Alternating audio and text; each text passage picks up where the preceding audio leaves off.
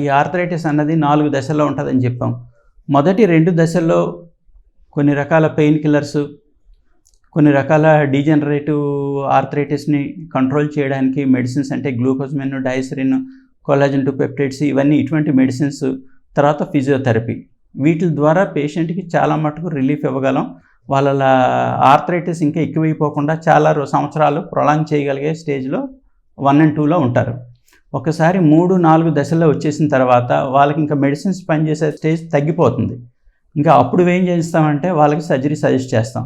ఈ సర్జరీస్లో కూడా 3 రకాల సర్జరీలు ఉన్నాయండి. ఒకటి డిపెండ్స్ అపాన్ ఎక్స్రే. మనకి పేషెంట్ ఏ స్టేజ్లో ఉన్నారు అని తెలుసుకోవడానికి ఒకటే మార్గం ఏంటంటే ఎక్స్రే చూడాలి.